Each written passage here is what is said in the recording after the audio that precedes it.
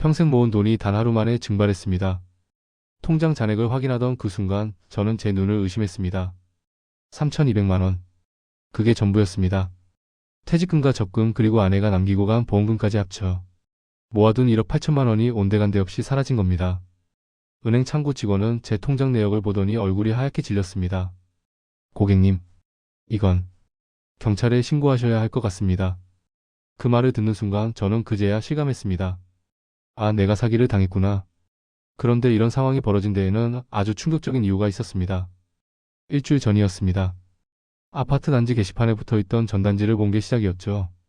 시니어 재테크 설명회 마이너스 월 5% 안정적 수익 보장, 국가 인증 투자 상품. 솔직히 말하면 저도 의심했습니다. 요즘 세상에 월 5%라니 말이 됩니까? 하지만 전단지 아래쪽에 적힌 문구가 저를 움직이게 만들었습니다. 혼자 사시는 어르신들을 위한 노후 안전망 프로젝트 마이너스 보건복지부 후원. 보건복지부라는 말에 안심이 됐습니다.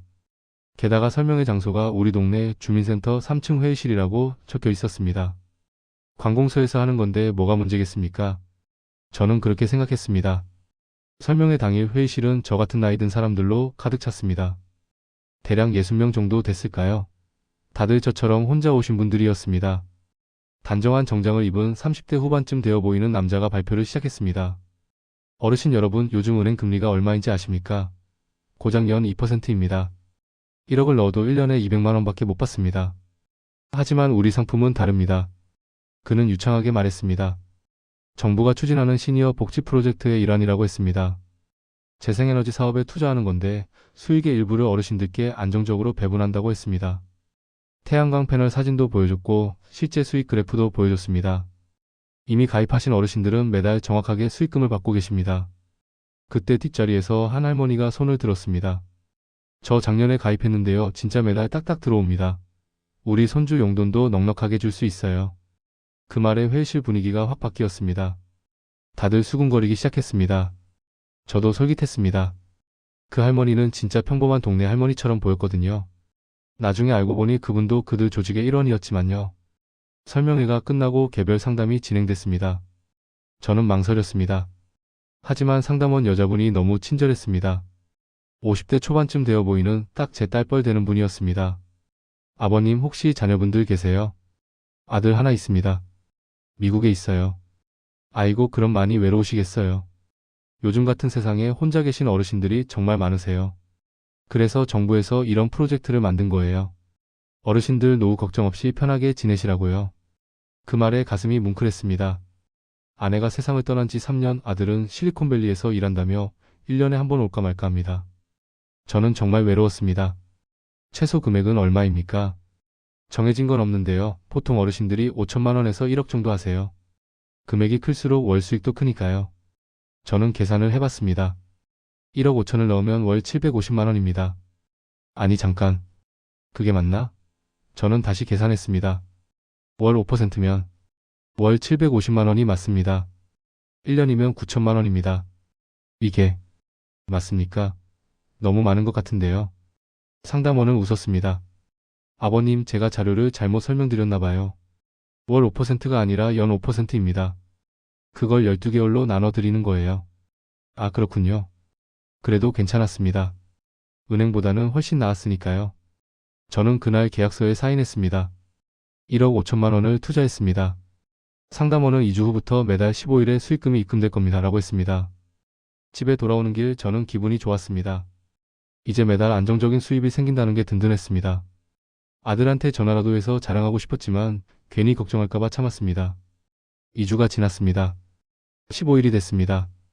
저는 아침부터 은행 앱을 들여다봤습니다. 하지만 아무것도 들어오지 않았습니다.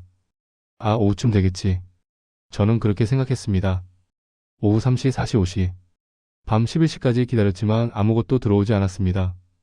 이상했습니다. 저는 다음날 아침 설명회 때 받았던 명함에 적힌 번호로 전화를 걸었습니다.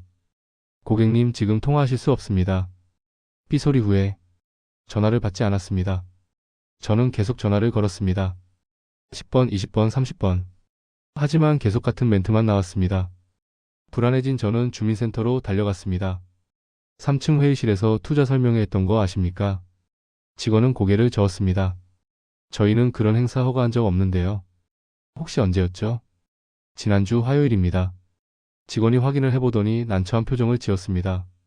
그날 3층 회의실은 부녀의 모임으로 예약돼 있었는데요. 그 순간 저는 알았습니다. 제가 당했다는 걸. 은행으로 뛰어갔습니다. 그리고 통장을 확인했습니다. 제가 이체한 1억 5천만 원은 어느 회사 계좌로 들어갔다가 바로 다음날 여러 개의 계좌로 쪼개져서 빠져나갔습니다. 추적이 불가능한 방식이었습니다. 경찰서에 신고했습니다. 형사는 제 진술을 듣더니 한숨을 쉬었습니다.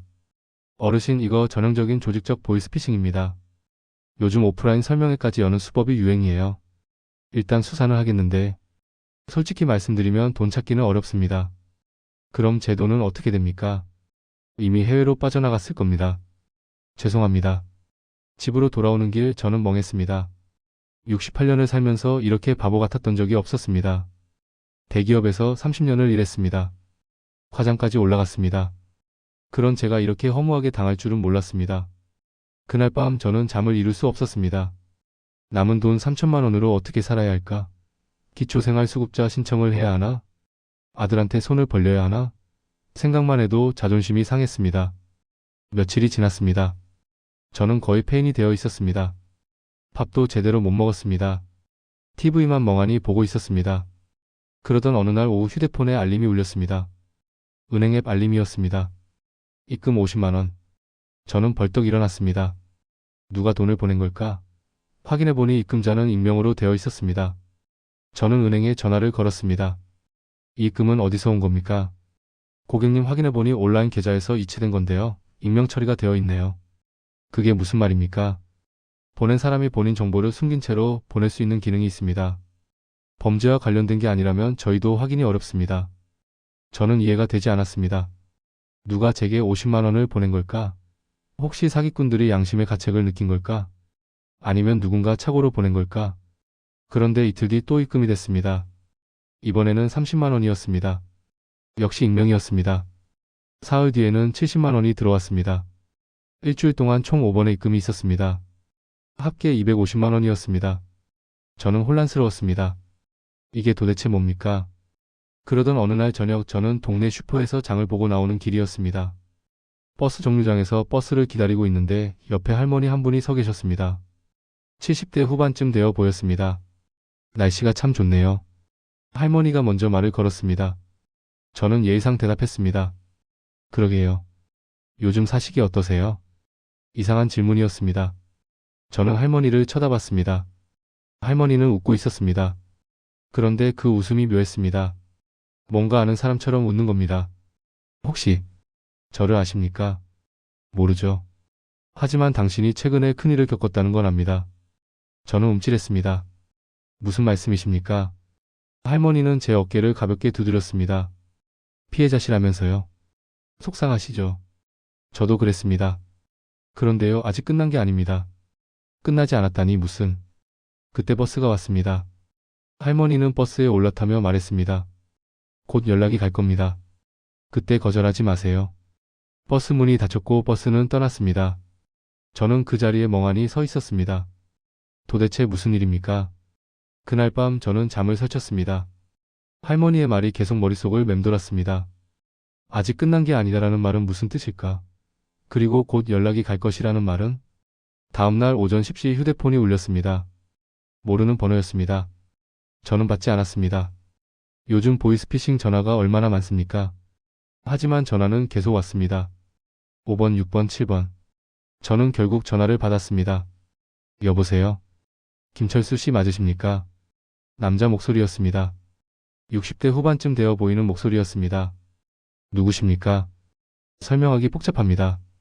오늘 오후 3시 신림동 카페 온달로 나오실 수 있습니까? 무슨, 이게 또 무슨 사기 수법입니까? 김철수 씨, 당신은 지난달 15일 노인 재테크 설명회에서 1억 5천만 원을 투자했습니다. 그리고 지난 일주일간 당신 계좌로 총 250만 원이 익명으로 입금됐습니다. 맞습니까? 저는 숨이 멎는 줄 알았습니다. 이 사람은 도대체 누굽니까? 당신은 그 사기꾼들입니까? 아닙니다. 우리는 당신과 같은 피해자들입니다.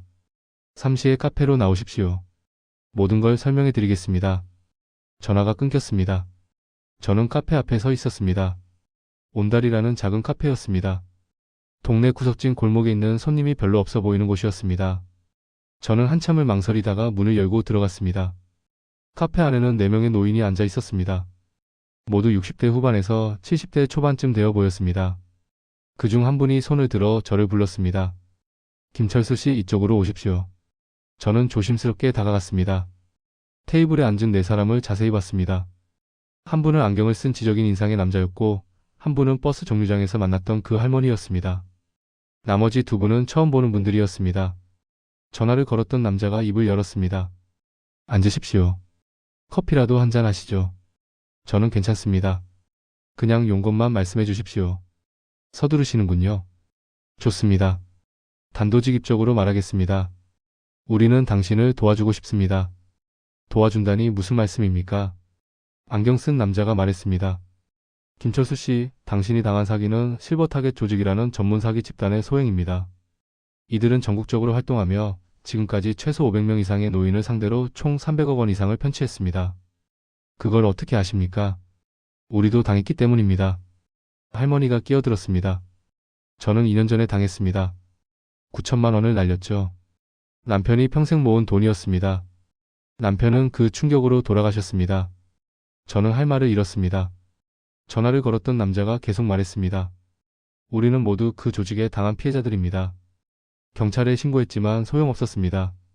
범인들은 이미 해외로 도망갔고 돈은 추적이 불가능했습니다. 그래서 우리는 결심했습니다. 우리 손으로 직접 되찾자고요. 우리 손으로요? 네. 우리는 지난 1년 동안 그들을 추적했습니다. 그리고 일부 성과를 거뒀습니다. 당신 계좌에 들어간 250만 원, 그게 바로 우리가 되찾은 돈의 일부입니다. 저는 충격을 받았습니다. 그럼 당신들이 보낸 겁니까?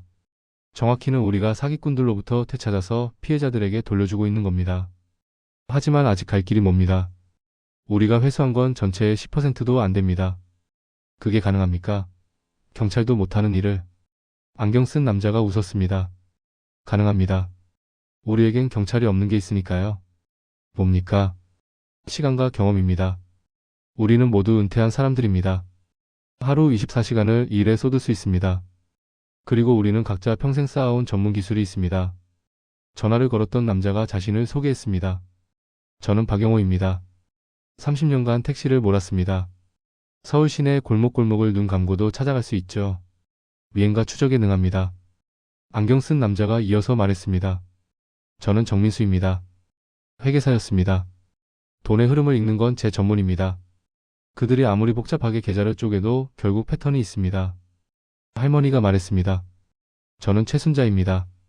40년 동안 시장에서 장사했습니다. 사람 보는 눈만큼은 자신 있습니다. 사기꾼들의 얼굴을 보면 바로 압니다. 마지막 남자가 말했습니다. 저는 강대식입니다. 퇴직 형사입니다. 법의 테두리 안에서 할 수 있는 것과 없는 것을 정확히 압니다. 저는 이들을 바라봤습니다. 이들은 진심이었습니다. 그리고 저는 느꼈습니다. 이들 역시 저처럼 분노하고 있다는 걸. 그래서 저한테 원하시는 게 뭡니까? 박영호 씨가 말했습니다. 당신이 필요합니다. 당신은 30년간 대기업에서 일했습니다. 조직 관리와 문서 정리, 기획 능력이 뛰어나다고 들었습니다. 어떻게 그걸 아십니까? 조사했습니다. 당신 같은 인재가 우리 팀에 필요합니다. 저는 난처했습니다. 저는 그런 위험한 일을 할 자신이 없습니다. 최순자 할머니가 제 손을 잡았습니다. 위험하지 않습니다. 우리는 폭력을 쓰지 않습니다. 그저 그들이 우리한테 한 방씩 그대로 돌려줄 뿐입니다. 머리를 쓰는 겁니다. 하지만 김철수 씨, 당신은 아직도 밤에 잠을 못 이루고 있을 겁니다. 맞습니까? 저는 고개를 숙였습니다. 맞는 말이었습니다. 당신은 분합니다. 그리고 무력감을 느끼고 있습니다. 저도 그랬습니다. 우리 모두 그랬습니다. 하지만 이제는 다릅니다. 우리는 싸우고 있습니다. 그리고 이기고 있습니다. 정민수 씨가 서류 봉투를 꺼냈습니다. 이게 뭔지 아십니까? 지난 3개월간 우리가 회수한 금액 목록입니다. 총 8억 4천만 원입니다. 이 돈은 모두 피해자들에게 돌아갔습니다. 저는 서류를 봤습니다. 정말로 상세한 내역이 적혀 있었습니다. 피해자 이름, 피해 금액, 회수 금액, 반환 날짜까지. 이게 다 진짜입니까? 확인하고 싶으면 이 사람들한테 직접 전화해 보십시오. 번호도 다 적혀 있습니다. 저는 떨리는 손으로 서류를 들었습니다. 이들은 진짜였습니다. 이들은 정말로 사기꾼들과 싸우고 있었습니다. 생각할 시간을 드리겠습니다. 하지만 너무 오래 걸리지는 마십시오. 우리는 다음 작전을 준비 중입니다. 당신이 함께한다면 당신의 돈도 되찾을 수 있습니다. 저는 그날 밤 집에 돌아와서 서류를 펼쳐놓고 하나하나 확인했습니다. 그리고 용기를 내어 한 분께 전화를 걸었습니다. 여보세요, 혹시 이진희 씨 되십니까? 네, 그런데요. 저도 사기를 당한 사람입니다. 혹시 최근에 돈을 일부 되찾으셨습니까? 전화 너머로 잠시 침묵이 흘렀습니다. 그리고 이진희 씨가 말했습니다. 그분들을 만나셨군요. 네, 저는 3개월 전에 2천만 원을 돌려받았습니다. 제가 잃어버린 7천만 원 중에서요. 그분들은 천사들입니다. 전화를 끊고 나서 저는 결심했습니다. 다음날 저는 다시 카페로 갔습니다. 네 사람은 제가 오기를 기다리고 있었습니다. 하겠습니다. 저도 함께 하겠습니다. 박영호 씨가 웃으며 손을 내밀었습니다. 환영합니다. 이제부터 당신은 회춘의 일원입니다. 회춘해요? 우리 팀 이름입니다. 늙었다고 끝난 게 아니라 다시 젊어진다는 뜻입니다. 우리는 이 나이에 새로운 인생을 시작했습니다. 저는 그들과 악수를 나눴습니다. 이상하게도 마음이 편해졌습니다. 이제 저는 혼자가 아니었습니다. 그날부터 저의 새로운 일상이 시작됐습니다. 매일 아침 9시 우리는 카페에 모였습니다. 그곳은 사실 최순자 할머니의 친구가 운영하는 곳으로 우리의 비밀 아지트 역할을 했습니다. 첫 주는 교육기간이었습니다. 정민수 씨는 저에게 자금 추적 방법을 가르쳐 줬습니다. 사기꾼들이 돈을 어떻게 이동시키는지, 어떤 계좌를 사용하는지, 그들의 패턴을 분석하는 방법을 배웠습니다. 보십시오, 김철수 씨. 이들은 똑같은 실수를 반복합니다. 돈을 쪼갤 때 항상 3단계를 거칩니다. 첫 번째 계좌는 유령회사, 두 번째는 개인 계좌 여러 개, 세 번째는 암호화폐 거래소입니다. 하지만 두 번째 단계에서 반드시 48시간의 대기시간이 있습니다. 바로 그때가 우리의 기회입니다. 박영호 씨는 저에게 미행 기술을 가르쳐 줬습니다. 사람들은 노인을 경계하지 않습니다. 우리의 가장 큰 무기는 바로 이 나이입니다. 우리는 투명인간입니다. 최순자 할머니는 저에게 사람을 읽는 법을 가르쳐 줬습니다. 사기꾼들은 자신감 넘치는 척하지만 눈을 보면 압니다. 그들은 항상 출구를 확인합니다. 그리고 절대 자기 진짜 이름을 말하지 않죠. 강대식 씨는 법적 경계선을 알려줬습니다. 우리는 절대 선을 넘어서는 안 됩니다. 우리가 하는 일은 정의지만 법을 어기는 순간 우리도 범죄자가 됩니다. 그러니 항상 조심해야 합니다. 2주가 지났을 때 박영호 씨가 중요한 소식을 가져왔습니다. 찾았습니다. 당신을 포함해서 최근 10명을 상대로 사기를 친 조직원 한 명의 위치를 파악했습니다. 정말입니까? 네. 그는 지금 대구에 있습니다. 새로운 신분으로 또 다른 사기를 준비 중입니다. 우리는 그를 막아야 합니다. 정민수 씨가 컴퓨터 화면을 보여줬습니다. 이 남자입니다. 가명은 이준혁. 진짜 이름은 모릅니다. 하지만 그의 계좌 흐름을 추적한 결과 그는 중간 단계의 전달책입니다. 그의 위에 누군가가 더 있습니다. 그럼 우리가 뭘 해야 합니까? 박영호 씨가 말했습니다. 우리가 직접 가서 그를 추적합니다. 그리고 그의 상부가 누군지 알아냅니다. 김철수 씨, 당신도 함께 가시겠습니까? 저는 두려웠습니다. 하지만 동시에 이상한 흥분을 느꼈습니다. 68년을 살면서 이런 일을 해본 적이 없었습니다. 가겠습니다. 좋습니다. 내일 새벽 6시에 서울역에서 만납시다. 우리는 대구행 KTX에 올랐습니다. 박영호 씨, 최순자 할머니 그리고 저 이렇게 셋이었습니다. 정민수 씨와 강대식 씨는 서울에 남아서 정보 지원을 담당하기로 했습니다. 기차 안에서 박영호 씨가 작전을 설명했습니다. 목표 인물은 현재 대구 수성구의 한 오피스텔에 거주하고 있습니다.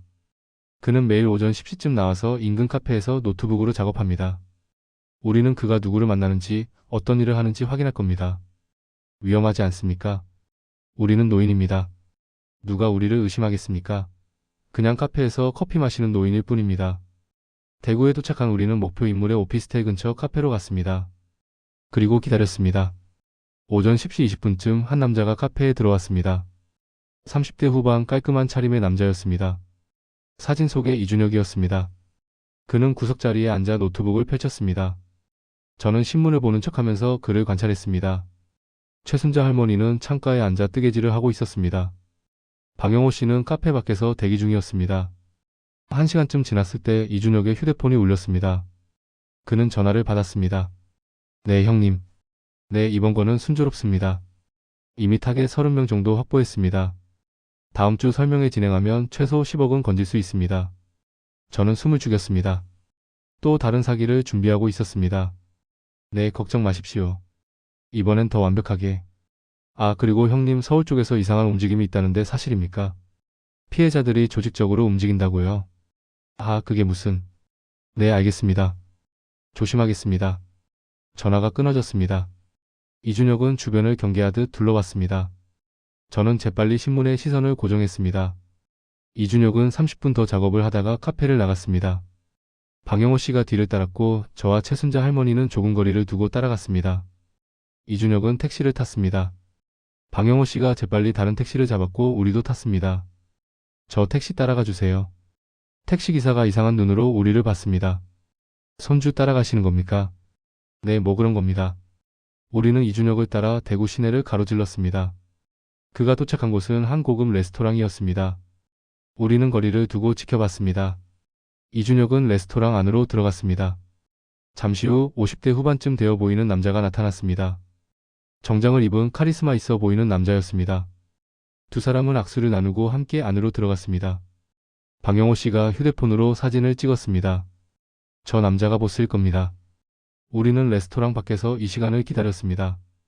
그들이 나왔을 때 우리는 다시 따라갔습니다. 하지만 이번에는 그들이 각자 차를 타고 떠났습니다. 우리는 이준혁을 따라가기로 했습니다. 이준혁은 다시 오피스텔로 돌아갔습니다. 우리는 근처 편의점에서 대기하며 정민수 씨에게 사진을 보냈습니다. 1시간 후 정민수 씨에게서 전화가 왔습니다. 찾았습니다. 저 남자는 강민준이라는 인물입니다. 겉으로는 투자 컨설팅 회사 대표로 알려져 있지만 실제로는 전국적인 사기 조직의 총책입니다. 경찰이 3년째 추적 중이지만 증거를 확보하지 못했습니다. 그럼 우리가 어떻게 합니까? 증거를 확보해야 합니다. 이준혁의 노트북에 모든 정보가 있을 겁니다. 피해자 명단, 자금 흐름, 조직 구조까지. 노트북을 훔치라는 겁니까? 아닙니다. 그건 불법입니다. 하지만 그가 노트북을 잠시 놓아둔 틈을 타서 내용을 확인할 수는 있습니다. 방영호 씨가 말했습니다. 내일 다시 카페에 갑시다. 그리고 기회를 만듭시다. 다음날 우리는 같은 카페로 갔습니다. 이준혁은 어김없이 나타났습니다. 그는 노트북을 펼치고 작업을 시작했습니다. 최순자 할머니가 제게 작은 봉지를 건넸습니다. 이걸 그의 커피에 넣으세요. 설사약입니다. 강하지 않으니 걱정 마세요. 그냥 화장실에 급하게 가고 싶게 만들 뿐입니다. 저는 깜짝 놀랐습니다. 이게 맞습니까? 다른 방법이 없습니다. 우리는 시간이 없어요. 저는 떨리는 손으로 봉지를 받았습니다. 그리고 기다렸습니다. 이준혁이 화장실에 가는 순간을 기다렸습니다. 하지만 그는 자리를 뜨지 않았습니다. 그때였습니다. 카페 입구에서 큰 소리가 들렸습니다. 누군가 넘어진 모양이었습니다. 모든 사람이 그쪽을 봤습니다. 이준혁도 고개를 돌렸습니다. 바로 그 순간 최순자 할머니가 재빨리 움직였습니다. 그녀는 이준혁의 테이블을 지나가다 실수로 가방을 떨어뜨렸습니다. 가방에서 물건들이 쏟아졌습니다. 아이고 미안해요. 이준혁은 짜증스럽게 일어나서 할머니를 도왔습니다. 그 순간 저는 재빨리 다가가서 그의 커피에 약을 넣었습니다. 심장이 터질 것 같았습니다. 10분 후 이준혁은 커피를 다 마셨습니다. 그리고 20분 후 그는 불편한 표정을 짓기 시작했습니다. 그는 노트북을 덮고 화장실로 향했습니다. 하지만 노트북은 테이블 위에 그대로 두고 갔습니다. 방영호 씨가 신호를 보냈습니다. 저는 재빨리 일어나서 이준혁의 자리로 갔습니다. 노트북은 잠금 상태였습니다. 하지만 화면에 비밀번호 힌트가 있었습니다. 첫 차의 번호. 저는 휴대폰으로 화면을 찍었습니다. 그리고 재빨리 제자리로 돌아왔습니다. 이준혁이 화장실에서 나왔을 때 우리는 모두 아무 일 없다는 듯 앉아 있었습니다. 서울로 돌아온 우리는 정민수 씨에게 사진을 보냈습니다. 정민수 씨는 즉시 분석에 들어갔습니다. 첫 차의 번호라. 이준혁의 과거 차량 등록 기록을 조회해 봅시다. 이틀 후 정민수 씨가 성공했습니다. 그는 이준혁의 노트북에 원격으로 접속하는 데 성공했습니다. 그리고 우리는 믿을 수 없는 정보를 얻었습니다. 피해자 명단 500명, 총 피해 금액 327억 원, 조직원 명단 47명, 그리고 가장 중요한 건 마이너스 자금이 모이는 최종 계좌 정보. 강대식 씨가 말했습니다. 이제 선택해야 합니다. 이 정보를 경찰에 넘길 것인가, 아니면 우리가 직접 움직일 것인가? 박영호 씨가 말했습니다. 경찰에 넘기면 수사에 몇 년이 걸릴 겁니다. 그동안 이들은 또 다른 피해자를 만들 것이고 돈은 해외로 빠져나갈 겁니다. 그럼 우리가 뭘 할 수 있습니까? 정민수 씨가 화면을 보여줬습니다. 이 최종 계좌에서 돈이 해외로 빠져나가기 전 48시간의 대기 시간이 있습니다. 바로 그때 우리가 가로챌 수 있습니다. 그건 불법 아닙니까? 강대식 씨가 고개를 저었습니다. 엄밀히 말하면 회색지대입니다. 우리는 훔치는 게 아닙니다. 원래 주인에게 돌려주는 겁니다. 저는 고민했습니다. 이게 정말 옳은 일일까? 하지만 동시에 생각했습니다. 경찰이 못하는 일을 우리라도 해야 하는 거 아닐까? 합시다. 우리가 합시다. 다음 작전은 더 대담했습니다. 우리는 이준혁이 진행하는 설명회에 직접 참석하기로 했습니다. 목표는 현장에서 그들의 수법을 녹화하고 동시에 새로운 피해자들을 막는 것이었습니다. 설명회는 대구의 한 호텔 연회장에서 열렸습니다. 우리는 평범한 참석자처럼 입장했습니다.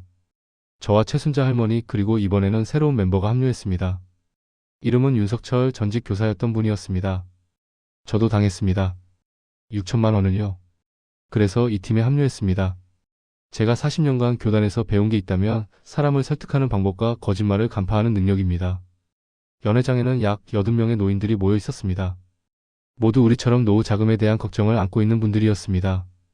강연이 시작됐습니다. 이준혁이 무대에 올랐습니다. 그는 능숙하게 말했습니다. 여러분, 저는 지난 10년간 수백 명의 어르신들이 안정적인 노후를 보내실 수 있도록 도와드렸습니다. 오늘도 그런 기회를 드리고자 이 자리에 섰습니다. 저는 몰래 휴대폰으로 녹화를 시작했습니다. 이준혁은 화려한 그래프와 통계를 보여주며 설명을 이어갔습니다. 그리고 핵심 순간이 왔습니다. 지금 가입하시면 특별 혜택을 드립니다. 첫 달 수익률 8%를 보장합니다. 그때 윤석철 선생님이 손을 들었습니다. 잠깐만요. 첫 달 8%라는 게 연 8%를 12개월로 나눈 건가요? 아니면 정말 월 8%입니까? 이준혁은 잠시 당황한 표정을 지었습니다. 아, 그건 명확히 답해 주십시오. 왜냐하면 만약 월 8%라면 연 96%인데 그건 현실적으로 불가능한 수치입니다. 이건 투자가 아니라 도박이죠. 연회장이 술렁이기 시작했습니다. 이준혁은 재빨리 상황을 수습하려 했습니다. 물론 연 8%입니다. 제가 말을 잘못했네요. 하지만 윤석철 선생님은 멈추지 않았습니다. 그럼 자료를 보여주십시오. 지난 5년간의 실적 자료와 금융감독원 등록 증빙 서류를요. 그건 개별 상담 때 보여드립니다. 왜 지금 못 보여주십니까? 합법적인 투자 상품이라면 당당하게 공개할 수 있어야 하는 거 아닙니까? 분위기가 이상해졌습니다. 사람들이 수군거리기 시작했습니다. 이준혁의 얼굴이 굳어졌습니다. 그때 최순자 할머니가 일어났습니다. 저는 작년에 비슷한 설명회에 참석했다가 전 재산을 잃었습니다. 여러분 속지 마십시오. 이런 건 다 사기입니다. 연회장이 술렁였습니다. 이준혁이 당황해서 말했습니다. 저분은 누구십니까? 경호원. 하지만 우리는 이미 준비하고 있었습니다. 저는 큰 소리로 외쳤습니다. 여러분, 이 사람은 사기꾼입니다. 경찰의 수배 중인 조직의 일원입니다. 순간 연회장이 아수라장이 됐습니다. 사람들이 일어나기 시작했습니다. 이준혁은 황급히 무대에서 내려와 뒷문으로 도망쳤습니다. 우리는 미리 연락해둔 강대식 씨를 통해 경찰을 불러뒀습니다. 경찰이 도착했을 때 우리는 녹화한 영상과 확보한 자료를 모두 넘겼습니다. 그날 저녁 우리는 카페에 모였습니다. 정민수 씨가 말했습니다. 오늘 작전은 성공입니다. 최소 80명의 잠재적 피해자를 막았습니다. 그리고 이준혁은 현장에서 체포됐습니다. 박영호 씨가 고개를 저었습니다.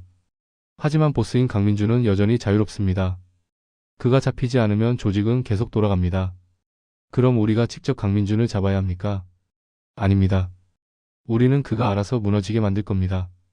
정민수 씨가 계획을 설명했습니다. 우리는 강민준의 최종 계좌에서 돈이 이동하는 순간을 노릴 것이었습니다. 그리고 그 돈을 가로채서 피해자들에게 직접 돌려줄 것이었습니다. 하지만 그러려면 은행 시스템에 접근해야 합니다. 이건 저도 할 수 없습니다. 그때 강대식 씨가 말했습니다. 제가 아는 사람이 있습니다. 사이버 수사대에 있던 후배인데 지금은 은퇴했습니다. 그에게 도움을 청해봅시다. 일주일 후 우리는 새로운 멤버를 만났습니다. 이름은 김태훈, 50대 중반의 전직 사이버 수사관이었습니다. 제 아버지도 비슷한 사기를 당하셨습니다. 그래서 이 일에 관심이 많습니다. 도와드리죠. 김태우는 놀라운 실력자였습니다. 그는 강민준의 계좌 시스템을 분석했고 자금이 이동하는 패턴을 파악했습니다. 다음 주 금요일 오후 3시쯤 대규모 자금 이동이 예정돼 있습니다. 약 50억 원 규모입니다. 이건 최근 한 달간 모은 돈일 겁니다. 그 돈을 가로챌 수 있습니까? 기술적으로는 가능합니다. 하지만 이건 명백한 해킹입니다. 법적으로 문제가 될 수 있습니다. 우리는 모두 침묵했습니다. 이게 정말 옳은 일일까? 우리가 법을 어기면서까지 해야 하는 일일까? 그때 최순자 할머니가 말했습니다. 저는 남편을 잃었습니다. 사기를 당한 충격으로요. 그리고 전국에는 저 같은 사람이 수백 명입니다. 경찰은 못 잡습니다. 법은 우리를 지켜주지 못합니다. 그럼 우리라도 해야 하는 거 아닙니까? 박영호 씨가 말했습니다. 우리는 훔치는 게 아닙니다. 원래 주인에게 돌려주는 겁니다. 그게 도둑질입니까? 저는 고민했습니다. 68년을 살면서 법을 어긴 적이 한 번도 없었습니다. 하지만 지금 제 앞에는 수백 명의 피해자들이 있었습니다. 저처럼 평생 모은 돈을 잃고 절망에 빠진 사람들이요. 합시다. 하지만 조건이 있습니다. 우리가 가로챈 돈은 단 한 푼도 우리가 가지지 않습니다. 모두 피해자들에게 돌아가야 합니다. 모두 고개를 끄덕였습니다. 금요일이 다가왔습니다. 우리는 김태훈의 작업실에 모였습니다. 그는 여러 대의 컴퓨터 앞에 앉아 준비하고 있었습니다. 오후 3시 정각 자금 이동이 시작됩니다. 저는 그 순간 시스템에 개입해서 돈의 목적지를 바꿀 겁니다. 우리가 미리 만들어둔 임시 계좌로 돈을 보낼 거예요. 얼마나 걸립니까? 30초면 됩니다. 하지만 그 30초 동안은 절대 방해받으면 안 됩니다. 오후 2시 50분 우리는 숨을 죽였습니다. 김태훈의 손가락이 키보드 위에서 춤을 췄습니다.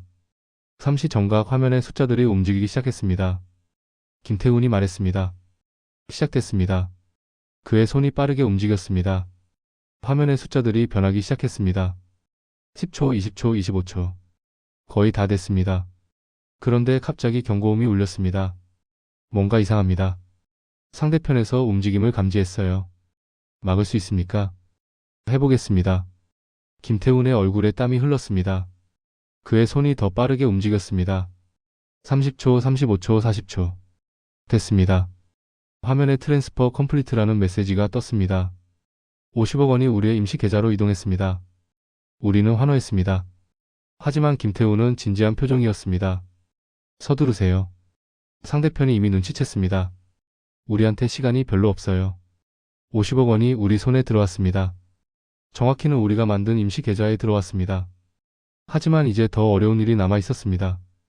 이 돈을 500명이 넘는 피해자들에게 정확하게 돌려주는 일이었습니다.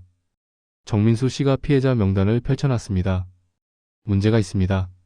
일부 피해자들은 이미 연락이 닿지 않습니다. 이사를 갔거나 전화번호가 바뀌었거나 심지어 돌아가신 분들도 있습니다. 그럼 어떻게 합니까? 일단 연락이 되는 분들부터 시작합시다. 그리고 연락이 안 되는 분들은 계속 찾아봅시다. 우리는 작업을 시작했습니다. 저의 역할은 피해자들에게 전화를 거는 것이었습니다. 하루에 20명씩 전화를 걸었습니다. 여보세요, 혹시 박영숙 씨 되십니까? 네, 그런데요. 저도 사기 피해자입니다. 그런데 좋은 소식이 있어서 전화드렸습니다. 선생님이 잃으신 돈을 일부 되찾았습니다. 네? 무슨 말씀이세요? 믿기 어려우시겠지만 정말입니다. 선생님이 당하신 사기 조직에서 돈을 회수했습니다. 선생님 계좌로 입금해드리겠습니다. 이게 또 다른 사기 아닙니까? 계좌번호를 요구하지도 않고 개인정보를 묻지도 않겠습니다. 그냥 선생님이 신고하신 경찰 서류의 계좌번호로 입금하겠습니다. 믿어주십시오. 많은 분들이 처음에는 의심했습니다. 당연한 일이었습니다. 한번 속은 사람은 모든 걸 의심하게 되니까요. 하지만 돈이 실제로 입금됐을 때 그들의 반응은 감동적이었습니다. 어느 날 한 할머니에게서 전화가 왔습니다. 정말 돈이 들어왔어요. 제가 잃어버린 4천만 원 중에 3천만 원이 돌아왔어요. 누구신지 모르지만 정말 감사합니다. 정말. 할머니는 울먹이며 말했습니다. 저도 눈물이 났습니다. 한 달 동안 우리는 쉬지 않고 일했습니다. 403명의 피해자에게 연락이 닿았고 총 38억 원을 돌려줬습니다. 남은 12억 원은 연락이 닿지 않는 피해자들을 위해 보관하기로 했습니다. 그런데 문제가 생겼습니다. 강민준이 움직이기 시작한 겁니다. 강대식 씨가 급하게 연락을 해왔습니다.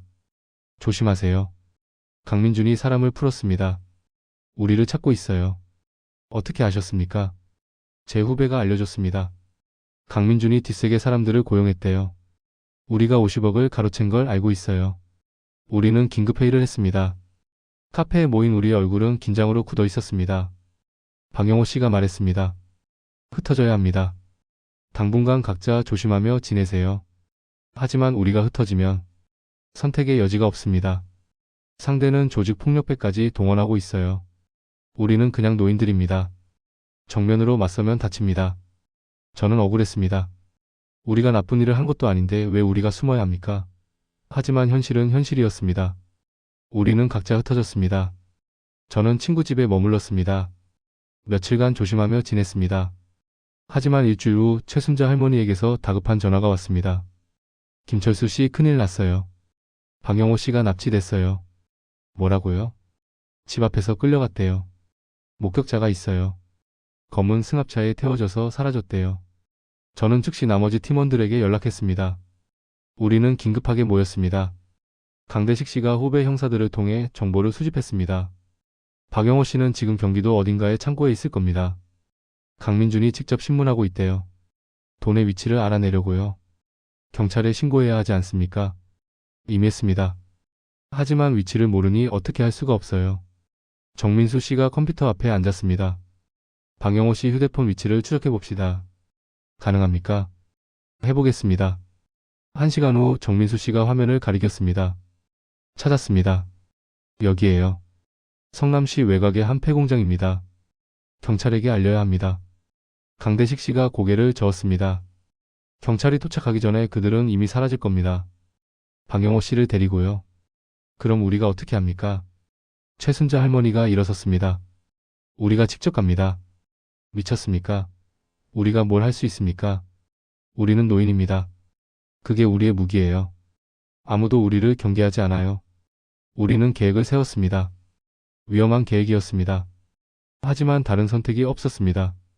저녁 7시 우리는 폐공장 앞에 도착했습니다. 저와 최순자 할머니, 윤석철 선생님 이렇게 셋이었습니다. 김태훈과 강대식 씨는 경찰과 함께 대기하고 있었습니다. 우리는 폐공장으로 들어갔습니다. 정확히는 담장 아래 깨진 틈으로 기어 들어갔습니다. 68세의 나이에 담장을 넘다니 상상도 못한 일이었습니다. 공장 안은 어두웠습니다. 우리는 손전등을 켜고 조심스럽게 움직였습니다. 그리고 소리를 들었습니다. 누군가 말하는 소리였습니다. 마지막으로 묻겠습니다. 돈이 어디 있습니까? 모릅니다. 저도 몰라요.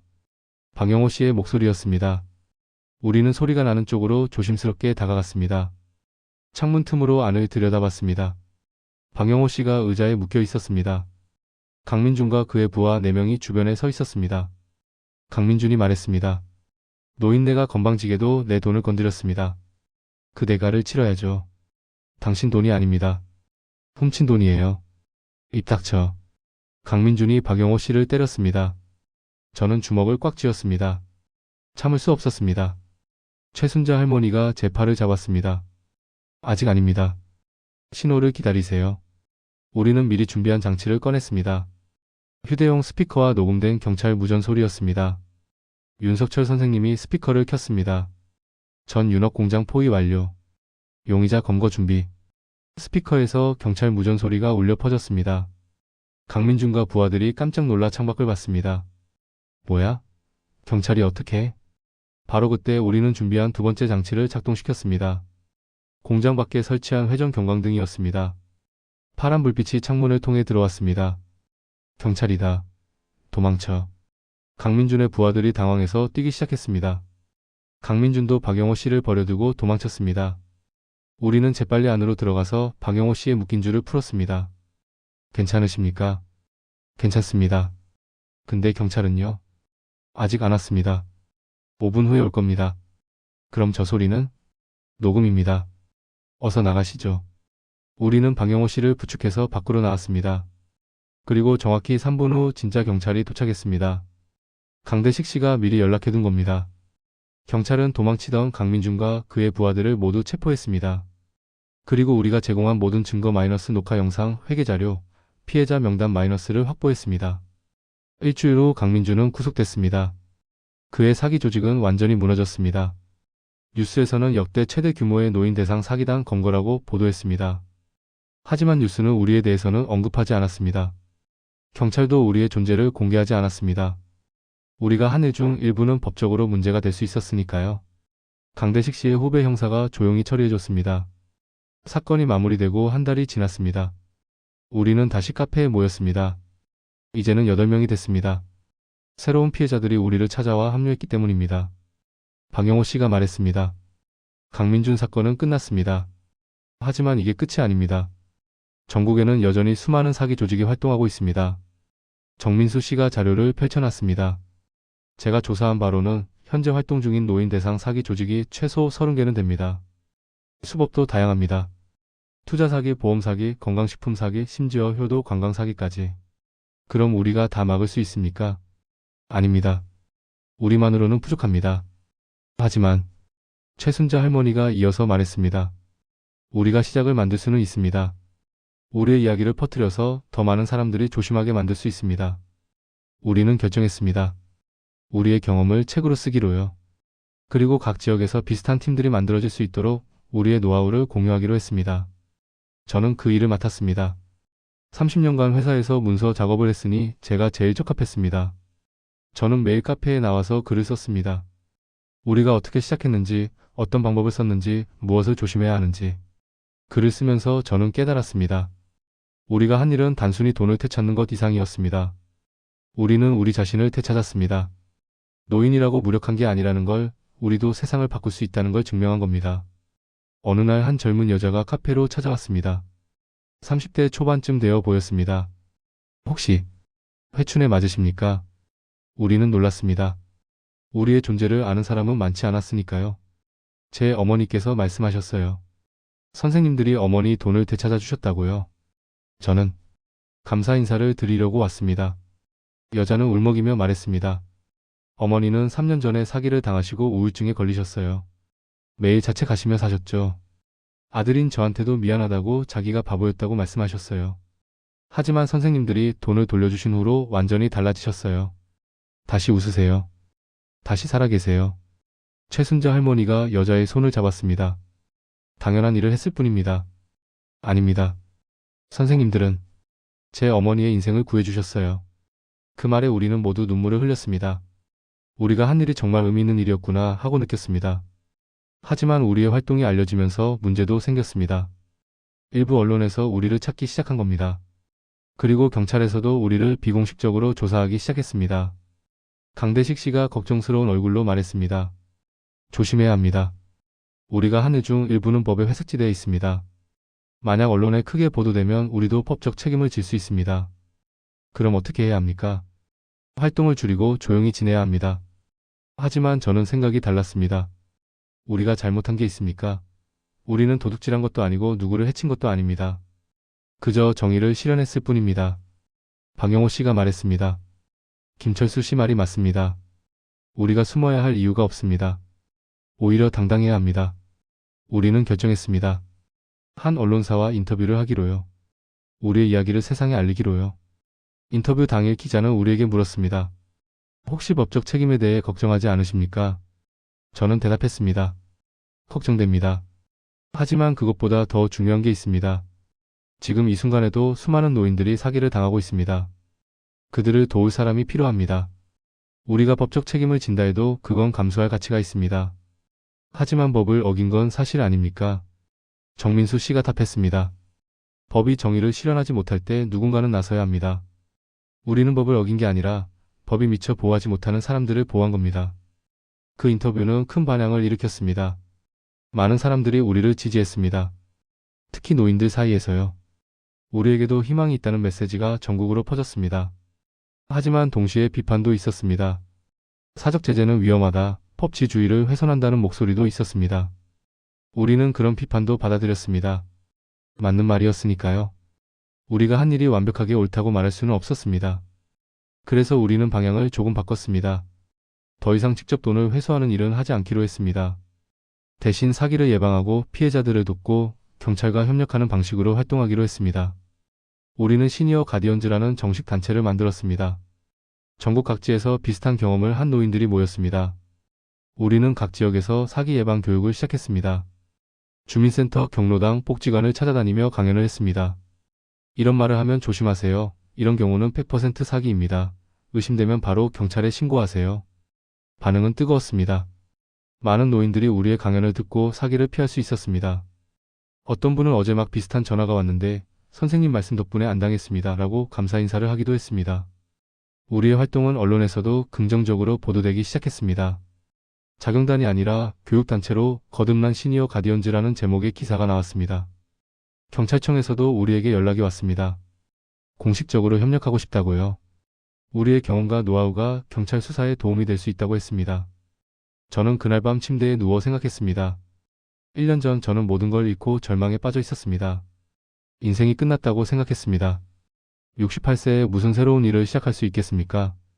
하지만 지금 저는 매일 의미 있는 일을 하고 있습니다. 사람들을 돕고 세상을 조금이나마 더 나은 곳으로 만들고 있습니다. 그리고 무엇보다 저는 더 이상 외롭지 않습니다. 함께 싸우는 동료들이 있으니까요. 우리의 활동이 알려지면서 예상치 못한 일들이 벌어지기 시작했습니다. 전국에서 도움을 요청하는 연락이 쏟아졌습니다. 하루에 수십 통의 전화와 이메일이 왔습니다. 저희 아버지가 보험 사기를 당했는데 도와주실 수 있나요? 어머니가 건강식품 사기에 걸려서 3천만 원을 날렸습니다. 친구가 투자 사기를 당했는데 혹시 돈을 되찾을 수 있을까요? 우리는 모든 요청에 응답하려고 노력했습니다. 하지만 우리의 시간과 능력에는 한계가 있었습니다. 우리도 그냥 평범한 노인들이었으니까요. 어느 날 박영호 씨가 제안했습니다. 우리의 방법을 체계화해서 매뉴얼로 만들어야 합니다. 그래야 전국의 다른 사람들도 스스로 할 수 있습니다. 저는 그 일을 맡았습니다. 몇 주에 걸쳐 우리가 배운 모든 것을 정리했습니다. 사기를 식별하는 법, 증거를 수집하는 법, 경찰과 협력하는 법, 피해자를 지원하는 법. 시니어 가디언즈 가이드북이라는 제목의 책자를 만들었습니다. 그리고 우리의 웹사이트를 통해 무료로 배포하기 시작했습니다. 반응은 폭발적이었습니다. 한 달 만에 10만 부가 다운로드 됐습니다. 그리고 전국 각지에서 비슷한 단체들이 만들어지기 시작했습니다. 부산에서는 실버 저스티스가 만들어졌고, 광주에서는 노년 수호대가, 대전에서는 시니어 파수꾼이 결성됐습니다. 우리는 이들과 정기적으로 정보를 교환하며 네트워크를 만들었습니다. 그러던 어느 날 정민수 씨가 심각한 표정으로 말했습니다. 새로운 사기 수법이 나타났습니다. 이건 정말 악랄합니다. 무엇입니까? 효도 사기라고 부르는 겁니다. 사기꾼들이 어르신들의 자녀나 손주를 사칭해서 긴급하게 돈이 필요하다고 속이는 겁니다. 엄마 나야. 사고 났어. 급하게 돈 좀 보내줘. 이런 식으로요. 최순자 할머니가 한숨을 쉬었습니다. 그런 전화를 받으면 누가 침착하게 확인을 하겠어요. 자식이 다쳤다는데. 문제는 이들이 점점 더 교묘해지고 있다는 겁니다. AI 음성 기술을 이용해서 실제 자녀의 목소리를 흉내내기도 합니다. 우리는 즉시 대응에 나섰습니다. 긴급 교육 캠페인을 시작했습니다. 자녀라고 하더라도 반드시 재확인하세요. 다른 번호로 직접 전화를 걸어보세요. 하지만 피해는 계속 발생했습니다. 어느 날 한 할머니가 우리를 찾아왔습니다. 눈물을 흘리며 말했습니다. 제가 바보였어요. 손주 목소리라고 했는데 확인도 안 하고 5천만 원을 보냈어요. 나중에 진짜 손주한테 전화해보니 그런 적이 없대요. 우리는 할머니를 위로했습니다. 그리고 즉시 추적에 들어갔습니다. 정민수 씨가 송금 내역을 분석했고 박영호 씨가 현장을 조사했습니다. 일주일 후 우리는 그 사기 조직의 단서를 잡았습니다.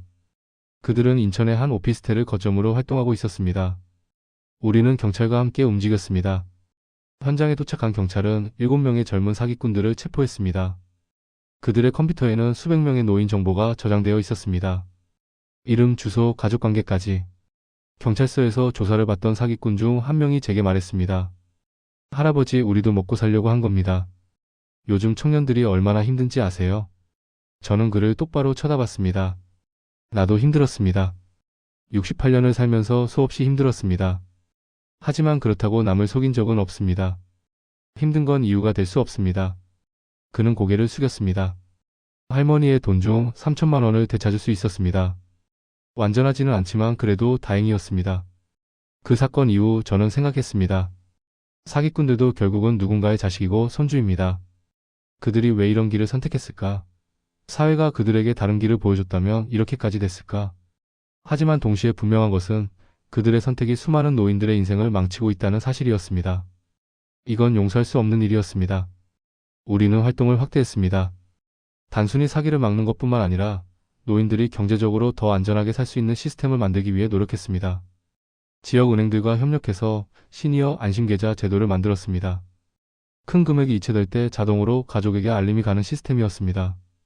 처음에는 은행들이 귀찮아했지만 우리의 설득으로 결국 동의했습니다. 통신사들과도 협력했습니다. 효도 사기 방지 서비스를 만들어서 의심스러운 전화가 오면 자동으로 경고 메시지가 뜨게 했습니다. 지자체와도 협력했습니다. 토커노인들을 정기적으로 방문해서 사기 예방 교육을 하는 프로그램을 만들었습니다. 이 모든 일을 하면서 저는 깨달았습니다. 한 사람의 힘은 작지만 여럿이 모이면 시스템도 바꿀 수 있다는 것을요. 그러던 어느 날 저에게 뜻밖의 전화가 왔습니다. 미국에 있는 아들이었습니다.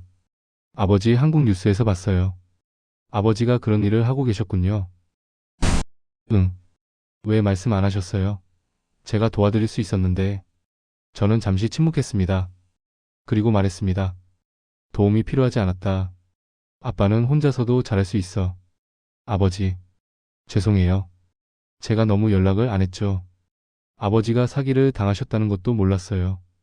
괜찮다. 오히려 그 일이 있어서 지금의 내가 됐으니까. 자랑스러워요, 아버지. 정말로요. 전화를 끊고 나서 저는 웃었습니다. 아들의 인정이 필요해서 이 일을 한 건 아니었습니다. 하지만 그래도 기분이 좋았습니다. 우리의 활동이 시작된 지 2년이 지났습니다. 시니어 가디언즈는 이제 전국 17개 지역에 지부를 두고 있었고 회원은 3,000명이 넘었습니다. 우리는 지난 2년간 총 1만 5천 명의 노인들에게 교육을 제공했고 237건의 사기를 예방했으며 87명의 피해자가 돈을 되찾는 것을 도왔습니다. 숫자로 보면 대단해 보이지만 저는 알고 있었습니다. 여전히 갈 길이 멀다는 것을요.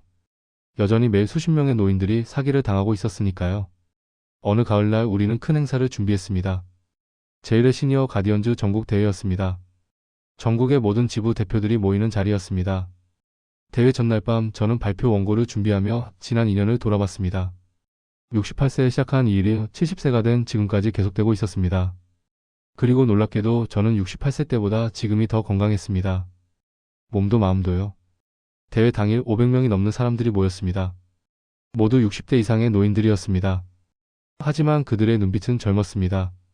무언가를 해내겠다는 의지로 빛나고 있었습니다. 제가 무대에 올라 말했습니다. 저는 2년 전까지만 해도 인생이 끝났다고 생각했습니다. 평생 모은 돈을 잃고 혼자 남겨지고 미래가 보이지 않았습니다. 하지만 지금 저는 말할 수 있습니다.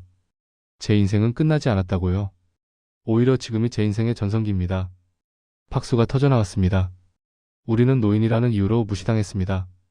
사기꾼들의 쉬운 타겟으로 여겨졌습니다. 하지만 우리는 증명했습니다. 우리가 약하지 않다는 것을, 우리도 싸울 수 있다는 것을, 우리도 세상을 바꿀 수 있다는 것을요. 더 큰 박수가 터졌습니다. 일부는 일어서서 박수를 쳤습니다. 하지만 우리의 진짜 무기는 힘이 아닙니다. 우리의 무기는 경험입니다. 우리가 살아온 세월, 우리가 겪은 일들, 우리가 배운 것들. 그것이 우리를 강하게 만듭니다. 젊은 사기꾼들은 기술은 있을지 몰라도 우리만큼의 인생 경험은 없습니다. 사람들이 고개를 끄덕였습니다. 그리고 무엇보다 우리에게는 서로가 있습니다. 혼자서는 약하지만 함께하면 강합니다. 우리는 더 이상 외롭지 않습니다. 우리는 서로를 지킵니다.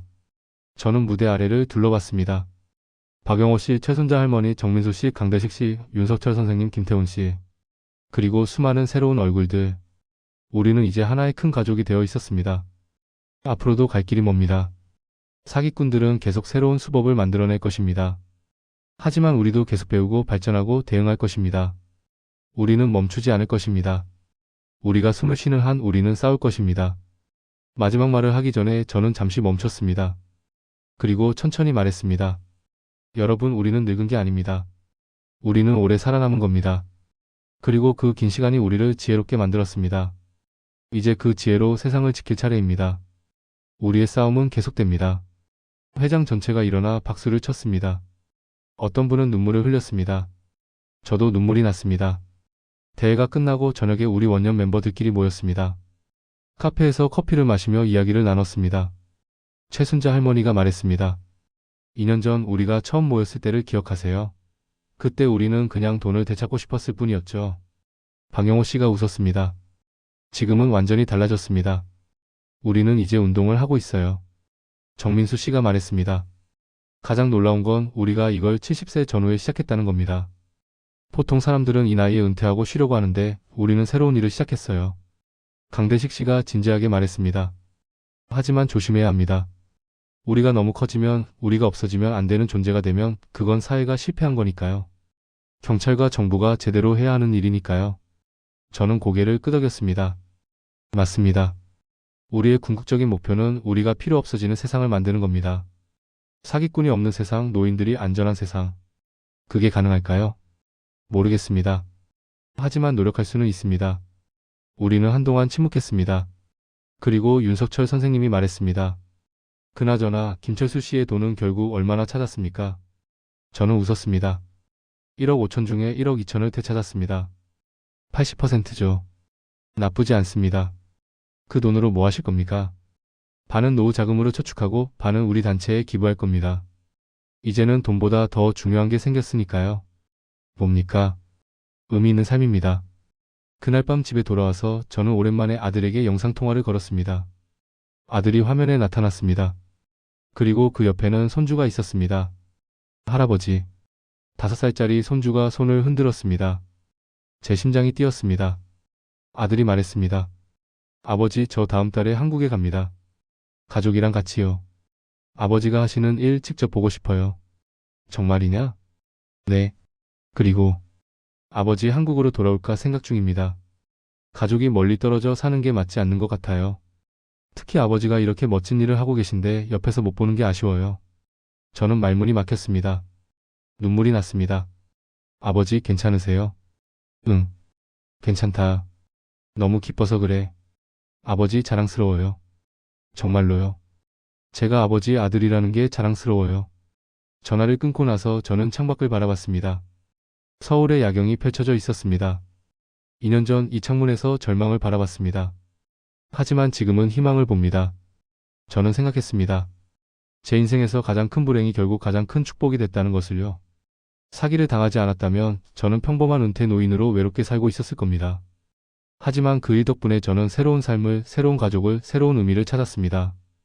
다음날 아침 저는 카페로 향했습니다. 오늘도 해야 할 일이 많았습니다.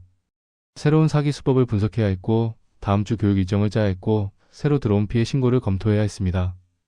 카페에 도착하니 다들 이미 와 있었습니다. 박영호 씨는 신문을 보고 있었고, 최순자 할머니는 뜨개질을 하고 있었고, 정민수 씨는 노트북으로 작업을 하고 있었습니다. 좋은 아침입니다. 김철수 씨 어서 오세요. 커피 한잔 하시죠. 저는 자리에 앉았습니다.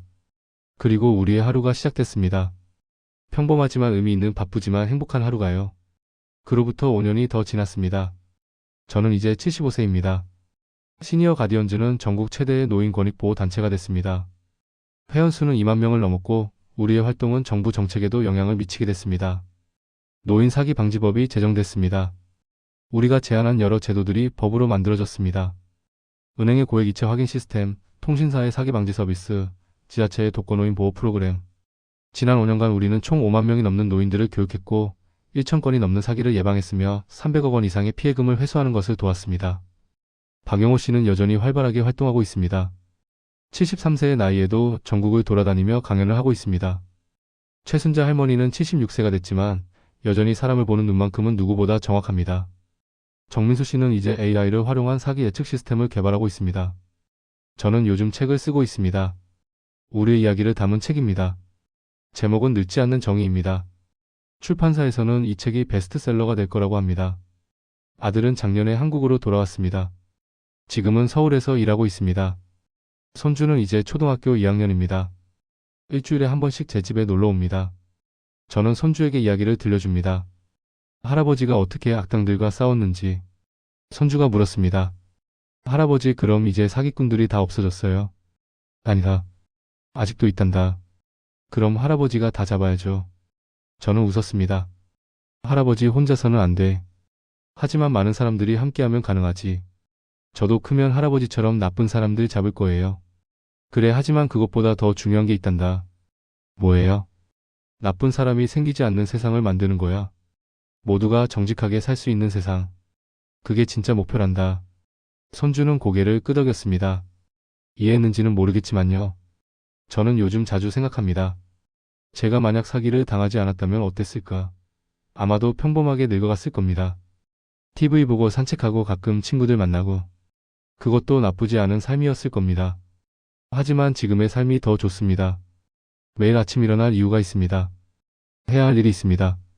지켜야 할 사람들이 있습니다. 그리고 무엇보다 저는 증명했습니다. 나이는 숫자에 불과하다는 것을요. 사람들은 65세가 되면 은퇴하라고 합니다. 이제 쉬라고 합니다. 하지만 저는 68세에 새로운 일을 시작했습니다. 그리고 75세인 지금도 계속하고 있습니다. 제가 언제 멈출지는 모릅니다. 아마도 제가 더 이상 필요하지 않을 때까지 혹은 제가 더 이상 할 수 없을 때까지 계속할 겁니다. 요즘 저는 후배들을 양성하고 있습니다. 60대에 막 은퇴한 분들을 모아서 교육합니다. 그들에게 말합니다. 인생의 2막을 시작하세요. 당신들의 경험과 지혜가 필요한 곳이 많습니다. 어제 한 분이 물었습니다. 이 일을 하면 돈을 많이 벌 수 있습니까? 저는 솔직하게 대답했습니다. 아니요. 거의 자원봉사입니다. 하지만 돈보다 더 가치 있는 걸 얻을 수 있습니다. 뭡니까? 의미입니다. 당신의 존재가 의미 있다는 확신. 그리고 감사합니다. 그분은 고개를 끄덕이며 등록서를 작성했습니다. 저는 매일 밤 잠들기 전에 생각합니다. 오늘 하루도 의미 있었다고. 누군가를 도왔다고. 세상을 조금이나마 더 나은 곳으로 만들었다고.